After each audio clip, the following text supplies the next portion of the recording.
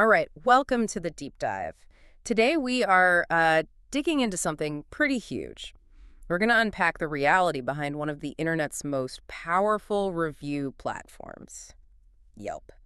Our mission here is to look at the tension between its massive reach and some, well, very serious allegations about its practices, and the promise they make is just undeniable, right? Oh, it's huge.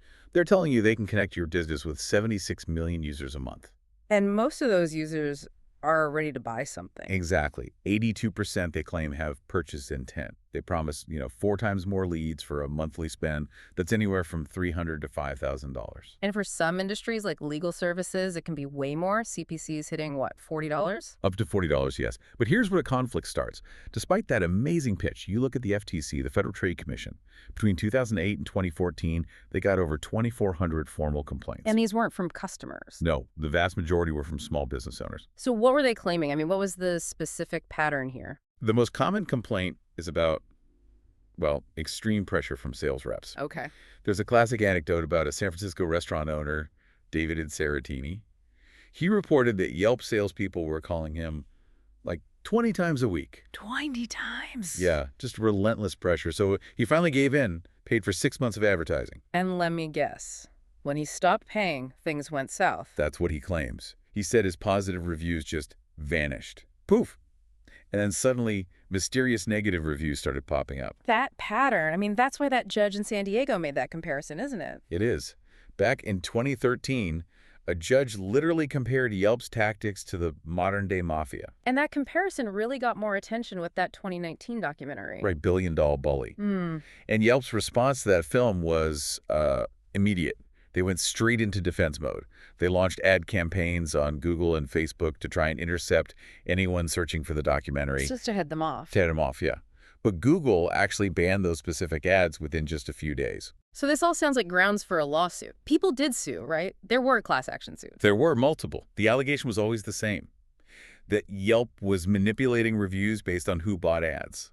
But they didn't win. And this is the part I just can't wrap my head around. There's a legal loophole, isn't there? There is, and it's the critical piece of the puzzle. The courts ultimately ruled that Yelp can legally reorder, filter, or manage the reviews on its own site. For any reason, even if the motive is to punish someone for not advertising. Regardless of motive. That's the key. They Oh. have control over their platform's content. That is just staggering, and yet some businesses do get a huge return. Oh, absolutely. The advertising can work, Hmm. and sometimes it works incredibly well. We saw an example of a San Antonio restaurant.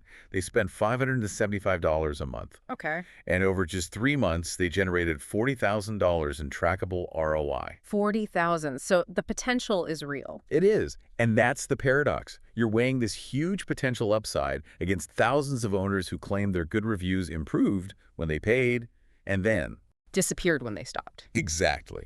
So for you, the business owner, the risk isn't just about whether the ads will work. Not at all. The real risk is that you might end up in a situation where you feel you have to pay them indefinitely. Just to maintain your good standing? To maintain that favorable visibility and stop your best reviews from, vanishing. It's less like marketing spend and more like protection money. That's how many of the complainants see it. So here's the thought to leave you with.